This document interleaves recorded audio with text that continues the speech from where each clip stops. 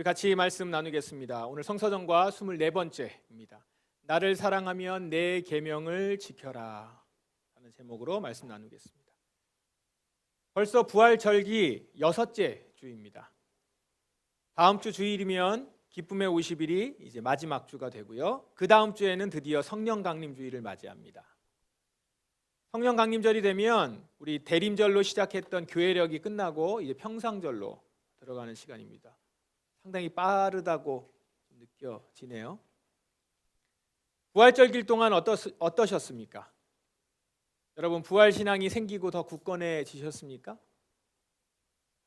우리 하나님은 십자가에 죽으신 예수님을 3일 만에 다시 살리셨습니다. 우리 하나님은 생명의 능력이 충만하신 분이십니다. 죽은 자를 살리시는 하나님, 없는 자를 있게 하시는 하나님을 믿는 것이 바로 부활신앙입니다. 바라기는 기쁨의 50일이 끝날 즈음에는 우리 모두의 심령에 부활신앙을 아름답게 덧입혀져 있기를 간절히 소망합니다. 오늘 부활절 6째 주 성서정과 본문도 지난주와 마찬가지로 6월절 식사 자리에서 전하신 말씀입니다. 지난주에 예수님은 오직 예수만이 아버지께로 가는 유일한 길이다 라는 말씀을 들려주셨죠. 오늘 본문은 그 말씀 바로 다음에 나오는 것으로서 예수님은 제자들에게 진리의 성령이 오실 것이다, 이 내용을 전하고 계십니다. 그런데 예수님은 성령을 보내시겠다라고 하는 말씀하시기에 앞서서 먼저 이렇게 말씀하십니다. 너희가 나를 사랑하면 내 계명을 지켜라. 너희가 나를 사랑하면 내 계명을 지켜라. 제자들이 예수님을 사랑하지 않는다면 그럴 필요 없겠지만 정말 그들이 예수님을 사랑한다면 예수님이 가르쳐준 계명을 지키라라는 것입니다. 그러면 예수께서 제자들에게 가르쳐준 계명이 뭡니까? 서로 사랑하라는 계명을 포함해서 산상수훈의 가르침, 그리고 십계명을 포함한 구약의 모든 율법, 바로 예수께서 제자들에게 가르쳐주신 계명입니다. 여기 구약의 율법이 예수님의 계명에 포함되는 이유는 예수님은 율법을 폐하러 오신 분이 아니라 완성하러 오신 분이기 때문이죠. 결국 예수께서 제자들에게 가르쳐 주신 계명은 신구약 모든 가르침을 말하는 것입니다. 그러면 여러분, 이거 한번 생각해 보십시다. 예수님은 왜 제자들에게 계명을 지켜라 라고 말씀을 하셨을까?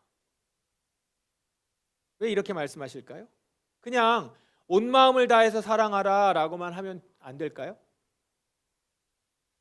신구약의 율법을 한마디로 정리하면 하나님 사랑, 이웃 사랑이니까 그냥 나를 사랑하라 라고만 하시면 될 텐데 왜 굳이 사랑한다면 계명을 지켜라 라고 하셨을까요?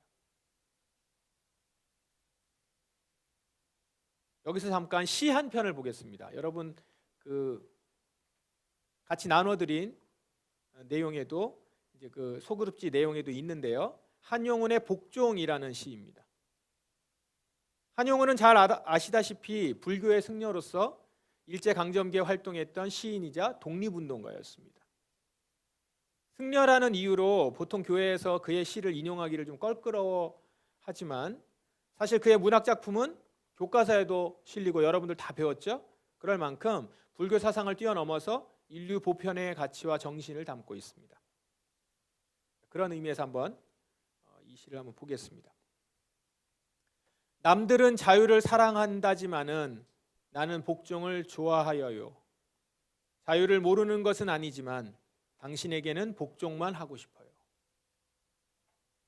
복종하고 싶은데 복종하는 것은 아름다운 자유보다 더 달콤합니다. 그것이 나의 행복입니다. 그러나 당신이 나더러 다른 사람을 복종하라면 그것만은 복종할 수가 없습니다. 다른 사람을 복종하려면 당신에게 복종할 수가 없는 까닭입니다.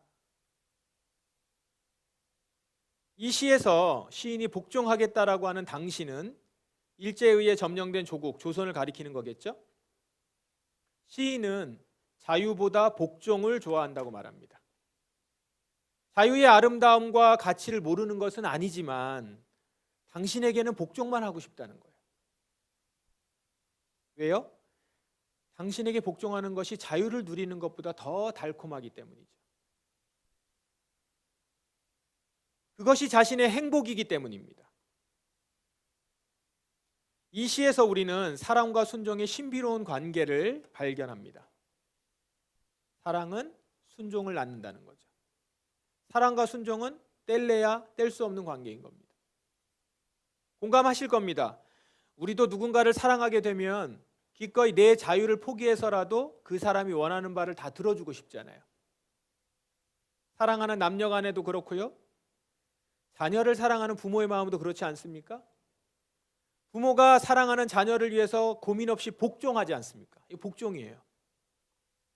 당신의 자유를 다 포기하면서도 전혀 아쉬움 없이 자녀에게 맞추잖아요.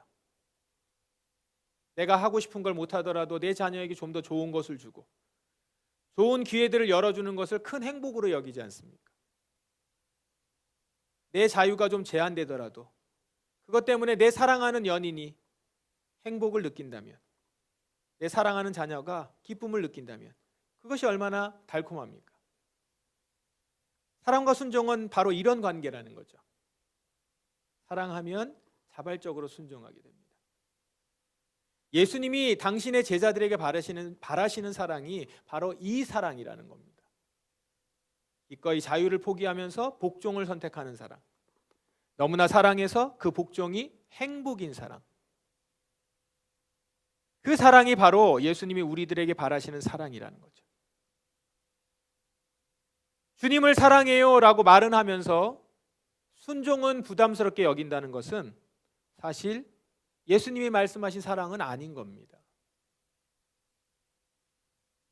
그렇다면 우리가 예수님을 진심으로 사랑하기만 하면 순종은 자동적으로 되는 걸까요? 그러면 얼마나 좋겠습니까? 비록 우리가 예수님을 진실로 사랑한다라고 해도 실제로는 온전한 순종이 어렵다는 거, 이게 문제입니다. 왜 그럴까요? 우리의 죄된 본성 때문이죠. 이기적인 나의 자아 때문에. 우리는 근본적으로 타락한 죄성으로 인해서 예수님의 계명을 온전히 지킬 수가 없다는 겁니다. 타락한 인간이 육체의 욕망을 이기고 말씀에 순종할 수 있는 능력이 없다라는 거예요. 예수님이 이것을 잘 아셨습니다. 그래서 내 계명을 지켜라 라고 말씀하시고는 바로 뒤에 이 말씀을 하신 겁니다. 무슨 말씀이냐면 내가 아버지께 구하겠고 그분은 너희와 영원히 함께 있을 다른 보혜사를 보내주실 것이다. 제자들과 영원히 함께 있을 보혜사 성령님을 보내주시겠다는 거예요. 도우실 분. 우리가 주의 계명을 지킬 수 있도록 우리 안에 거하시며 도와주시는 성령님, 그분을 보내주시겠다. 곧바로 약속을 하신 거예요. 이렇게 되면 상황은 달라집니다. 스스로의 힘으로는 하나님의 계명을 지킬 수 없는 인간이 이제 성령님의 도우심을 받아서 육체의 욕망을 이겨내고 주의 계명을 지킬 수 있게 되는 것입니다. 갈라디아서에 너희는 성령을 따라 행하라. 그리하면 육체의 욕심을 이루지 아니하리라. 주님을 사랑해서 자신의 욕망을 죽이고 성령을 따라 행할 때 그 사람 안에 계신 성령께서 육체의 욕심을 이길 수 있는 힘을 주신다는 거죠. 예수님은 이런 우리의 연약함을 잘 아시고 친히 아버지께 구해서 성령님을 보내주시겠다 약속하고 계신 겁니다. 당신의 백성들을 고아와 같이 버려두지 않으시고 성령님을 통해 함께 하시겠다고 말씀하시는 거예요. 그러면 여러분, 예수님은 이렇게 내 계명을 지켜라, 내가 성령님을 보내달라고 기도하겠다, 이렇게 예수님은 성령을 보내주시기 위해 단지 아버지께 구하기만 하셨나요? 기도 몇 마디로 우리에게 성령님을 보내신 건가요? 아니에요. 말만 하신 게 아닙니다. 예수님 자신이 말만 하시지 않으셨어요. 예수님은 성령님이 우리 안에 들어오실 수 있도록 큰 사역을 감당하셔야 했습니다. 무슨 일이요? 십자가를 지는 일이죠. 죄가 있는 곳에는 성령님이 들어오실 수 없지 않습니까? 우리에게 성령님이 오신다 한들 들어오실 수가 없어요. 그래서 예수님은 우리의 더러운 마음에 성령님이 오실 수 있도록 죄 씻음의 길을 여셔야 했던 것입니다. 이것을 위해서 십자가에 달려서 보배로운 피를 흘리시고 그 피로 자기 마음을 씻는 자들에게 마침내 성령을 받게 하셨던 겁니다. 이렇게 보니 어떻습니까? 예수님은 당신의 제자들이 주님을 사랑할 수 있는 모든 여건을 다 준비하셨던 것이죠. 우리한테 계명을 지키라고 명령을 하시고 기도 몇 마디 하신 것이 아니라 지킬 수 있도록, 사랑할 수 있도록 모든 여건을 준비하시기 위해서 당신이 모든 것을 들여서 먼저 복종하신 것입니다. 창조주로서 피조물을 향해 사랑과 순종을 명령만 하신 게 아니라 먼저 당신의 목숨을 내어주셔서 우리가 주의 계명을 지키는 참된 사랑을 할 수 있는 길을 다 만들어 놓으셨다라는 것입니다. 그렇다면 여러분, 주님은 왜 이렇게 간절히 우리가 주의 계명을 지키길 바라셨을까요? 왜 이렇게 주의 계명을 지켜야 된다라고 얘기하셨을까요? 이렇게 큰 대가를 치르면서까지 왜 우리로 당신의 계명을 지키게 하셨는가 말입니다. 그것은 우리가 계명을 지켜야 영생을 얻기 때문입니다. 계명을 지켜야 영생을 얻기 때문에, 계명을 지켜야 구원을 얻기 때문에. 바로 구원은 행함으로 받는 것이기 때문입니다. 여러분, 구원은 행함으로 받는 것입니다. 의문이 생기죠. 조금 당황스럽기도 하죠. 구원은 믿음으로 받는 것인데 행함으로 받는다? 네, 행함으로 받습니다. 하나님의 진노로부터 받는 구원, 즉 영생은 믿음이 아니라 행함으로 받는 것입니다. 주중에 공유드린 영상들 다 보고 오셨죠? 신구약에 걸쳐서 유유히 흐르는 기본 전제가 있는데 그것이 바로 행한 대로 갚으시는 하나님이십니다. 행한 대로 갚으시는 하나님. 우리가 요즘 성경 통독에서 구약을 지금 보고 있고 예언서 뒷부분을 거의 다 보고 있는데 여러분 보셔서 아실 거예요. 한번 묵상하셨던 것들을 기억을 더듬어 보세요. 구약 성경에 행한 대로 보응한다라는 말씀이 얼마나 많이 나옵니까? 아니요, 그게 그 정신입니다. 아예 정신으로 깔려서 이스라엘 역사도 그렇게 기록했고요. 예언자들도 그걸 가지고 말씀하시고요. 행한 대로 보응하신다. 그런데 구약만이 아니라 신약을 포함한 성경 전체의 기본 전제가 바로 행한 대로 갚으시는 하나님이시다라는 겁니다. 우리 하나님, 공평하신 하나님이라고 그랬죠. 공평하신 하나님. 공평하다는 말, 여기서 공평하다는 말은 무슨 뜻입니까? 우리에게 똑같이 주셨다는 말이에요? 공평하다는 말은 하나님은 그 사람이 가진 능력이나 배경이나 출신, 그게 다 달라요. 능력도 다릅니다. 배경도 달라요. 출신도 달라요. 그런데 그거의 출신에 따라서, 배경에 따라서, 능력에 따라서 차별하지 않으시고 오직 각 사람이 행한 행위에 따라서만 공평하게 갚아주신다는 겁니다. 그래서 공평하신 하나님, 차별이 없으신 분. 로마서 보십시오. 하나님께서는 각 사람이 행한 그대로 갚아주실 것입니다. 여기도 이렇게 선언하잖아요. 인내로서 선한 일을 행하며 영광과 존귀와 영원한 것을 구하는 사람들에게 하나님께서 영생을 주실 것입니다. 그러나 이기적인 욕심만 가득하여 진리를 거스르고 옳지 않은 것을 따르는 사람에게, 이것도 행하는 거죠, 따르는 사람에게는 하나님께서 진노와 화를 내리실 것입니다. 이 말씀이 로마서라는 것을 주목하십시오. 로마서, 그렇게 믿음을 강조한다고 알고 있는 믿음의 대표 성경 로마서. 그런데 사도 바울은 뭐라고 합니까? 하나님께서는 각 사람이 행한 대로 갚으신다는 거예요. 인내로서 선한 일을 행한 사람에게는 영생으로 갚아주시고 이기적인 욕심으로 옳지 않은 것을 따르는 사람에게는 진노와 화를 내리신다는 거예요. 얼마나 공평합니까? 관념적일 수밖에 없는 사람의 생각에 따라서가 아니라 객관적으로 드러나는, 나타나는, 내가 하는 그 행동에 따라 갚아주시는 거예요. 어쩌면 여러분, 이제까지 여러분들이 배워왔었던 말씀과는 완전히 반대이지 않습니까? 지금까지 여러분들이 이전에 다녔던 교회에서 대부분 구원은 믿음으로 받는 것이지 행함으로 받는 것이 아니다라고 배워왔을 것입니다. 저도 그렇게 배웠거든요.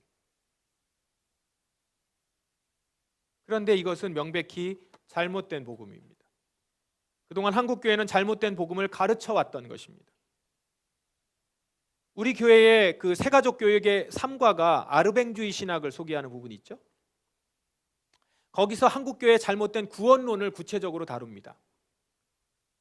어떤 분들은 그 내용을 소개받으면서 이걸 그렇게 심각하게 받아들이지는 않는 것 같기도 합니다만, 사실 내용은 그렇게 안일하게 받아들이기에는 매우 심각한 내용입니다. 왜 그럴까요? 구원론은 우리의 신앙의 핵심에 해당하고 잘못된 구원론을 배우면 구원의 길 자체를 놓쳐버릴 수 있기 때문이죠. 구원 못 받을 수 있어요. 오늘 이 시간 분명히 정리합시다. 바른 복음은 이것입니다. 구원은 우리의 행함으로 받는다. 하나님은 우리가 행한 대로 갚아주신다. 진리를 따라 선을 행한 자에게는 영생으로 갚아주시고 이기적인 욕심을 따라 악을 행한 자에게는 진노로 갚아주신다.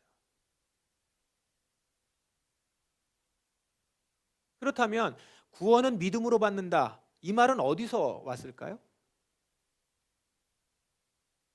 분명히 성경에 있어요. 그런데 문맥을 고려하지 않은 성경 해석 때문입니다. 그래서 이 말이 있지만 이 말을 잘못 해석한 것이죠. 로마서의 앞뒤 문맥을 잘 살펴보시면 바울이 말하는 그 믿음은 바로 행함이 따르는 믿음, 행함을 전제로 하는 믿음을 말하는 것이지 그냥 마음속의 생각을 가리키는 단어가 아닙니다. 그러니까 믿음에 대해서 잘못 알고 있는 거죠. 믿음에 대해서. 바울은 당시 할례와 같은 율법 규정, 할례, 안식일 지키는 거 여러 가지가 있어요. 몇 가지. 그 규정들, 율법 규정을 지켜야 구원을 얻는다라고 하는 거짓 복음에 반대해서 오직 구원은 예수 그리스도를 믿고 그분의 말씀을 따라서 행함으로 구원을 받는다는 거예요. 오직 구원은 예수 그리스도를 믿고 그분의 말씀을 따라서 행함으로 구원을 받는다. 이걸 설파하고 있는 겁니다. 그런데 한국교회가 바울의 이 전체 맥락은 무시하고 믿음이라는 단어를 똑 떼어서 하나만 떼어서 마치 구원을 받는 데 있어서 행함은 필요 없는 것처럼 그 행함이라는 것이 바로 율법 규정을 지켜야 된다는 그 행함, 그걸 얘기한 건데 아예 우리의 기독교 그리스도인들의 행함은 무시하는 것처럼 필요 없는 것처럼 그래서 있으면 좋지만 없어도 천국 가는데 지장이 없는 것처럼 가르치고 배워왔던 겁니다. 그러니 어떤 일이 벌어졌어요? 나는 지금 마음으로 생각으로 예수님을 믿고 있으니 예수를 믿어요. 예수님 믿습니다. 믿고 있으니 구원은 이미 확보된 거라고 생각하는 거죠. 이미 구원 받았으니 성경을 열심히 읽을 필요도 없고 읽으면 좋지만 열심히 읽을 필요도 기도 생활을 진지하게 할 필요도 없겠죠. 하면 좋지만 안 한다고 해서 그게 그렇게 문제가 될 건 아니라는 거예요. 그렇게 생각하게 된 거죠. 또 성경에 나오는 여러 경고들이 있잖아요. 지금도 우리 예언서 보면서 얼마나 많은 경고들이 나옵니까? 그 경고들이나 행동을 촉구하는 말씀, 이것도 지키면 좋겠지만 안 지켜도 내가 구원받는 데는 지장이 없다고 생각하게 된 겁니다. 그러니까 편안하게 읽는 거죠. 그냥 남의 집 얘기 듣듯이. 그래서 결국 안일하고 형식적인 종교 생활만 하게 됨으로써 구원의 길로부터 멀어지게 되는 것입니다. 인내로서 선을 행하지 않고 이기적인 욕심을 따라서 진리를 거스르는 삶의 그 결과는 무엇이겠습니까? 자명하죠. 영생이 아니라 진노와 화분일 수밖에 없는 것 아니겠어요? 우리 하나님은 행한 대로 갚으시는 공평하신 하나님이시니까요.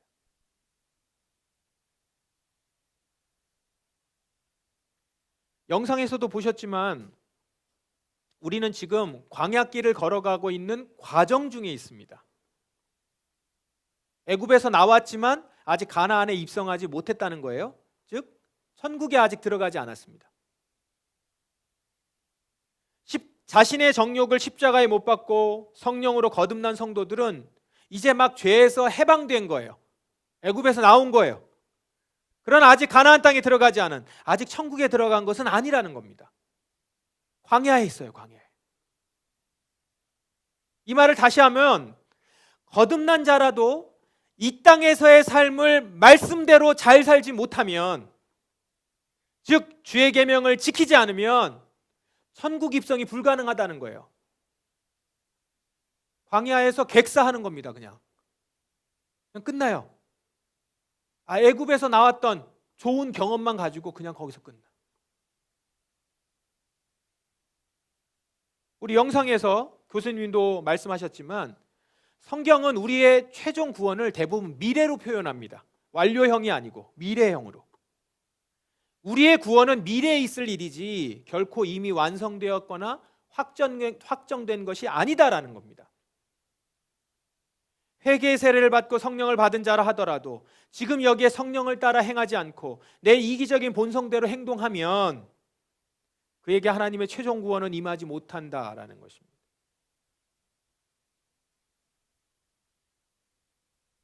성령으로 시작해서 육체로 끝나버리는 비극 중에 비극인 것이죠.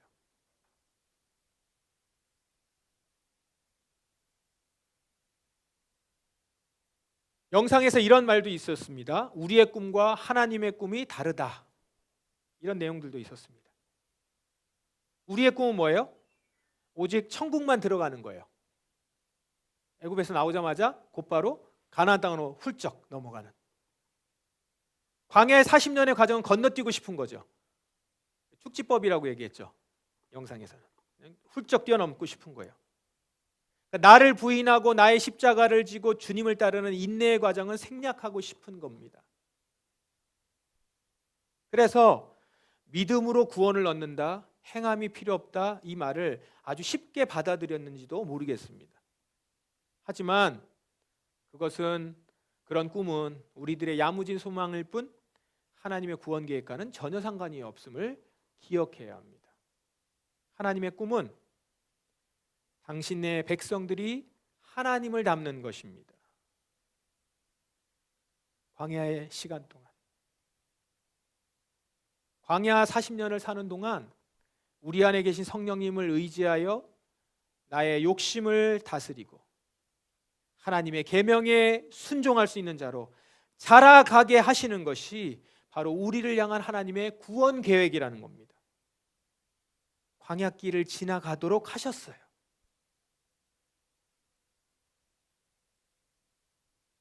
우리가 하나님의 형상을 닮지 않고 천국에 들어가는 일은 절대로 없다라는 것을 여러분 명심하시기 바랍니다. 하나님의 형상을 닮지 않고 천국에 들어가는 일은 없다.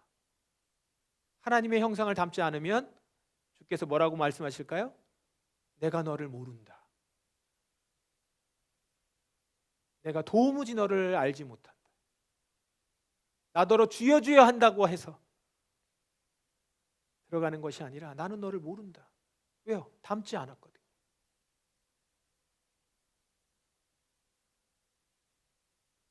나의 이기적인 욕망과 죄된 본성 그대로를 가지고는 결코 그분의 나라에 들어갈 수 없다라는 것입니다. 여러분은 예수님을 사랑하십니까? 이 말은 여러분은 지금 예수님과 함께 죽고 그분과 함께 부활하여 주님께 자기 인생을 맡기셨냐라는 겁니다. 그렇다면 이제 주님의 계명을 지키십시오. 주님께 맡기고 애굽에서부터 나와 광야로 들어오셨습니까? 그럼 이제 그곳에서 주님이 주신 계명, 그 계명을 지키십시오. 그러면 여러분 안에 계신 성령님께서 도우셔서 그 도우심으로 여러분은 능히 주의 계명을 순종하면서 걸어갈 수 있을 것입니다. 어려울 때 구름 기둥으로, 불 기둥으로 지키시면서 우리를 이끌어 가실 거예요. 계명을 순종하려고 한다면. 육체의 본성을 거스르고 성령을 따라 행하고자 하는 여러분에게 주께서 힘과 능력을 주실 것입니다. 또한 아직까지 십자가를 체험하지 못한 분들도 계실 거예요. 우리 지난 부활절에 나눴죠? 첫 번째 사람, 두 번째 사람. 기억하세요? 여전히 두 번째 사람이 아닌 첫 번째 사람에 머물러 있는 분들이 있을 거예요. 그렇다면 이 시간 여러분의 죄인됨을 보게 해달라고 기도하십시오. 여전히 애굽 땅에서 노예 생활을 하며 지내고 있는 나 자신을 볼 수 있게 해달라고. 나에게는 그 어떤 의로움과 희망이 없음을 깨닫고 구주 예수님께 나아오시기 바랍니다. 나의 이기적인 욕망과 정욕을 십자가에 못 박으십시오. 여러분이 스스로 죽을 때 도리어 여러분은 살게 될 것입니다.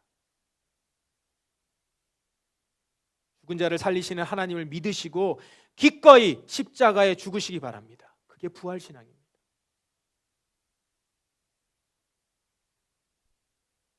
그래서 여러분, 십자가를 아직 체험하지 못한 분들, 십자가를 체험한다는 건 죽는다는 거예요.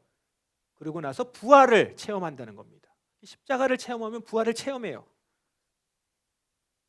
그래서 이 부활 신앙을 덧입고 이제 광야 교회로 합류하시기 바랍니다. 늦더라도 후발대, 성경에는 후발대가 없지만 있었을 거예요. 분명히 후발대 데리고 나오실 겁니다.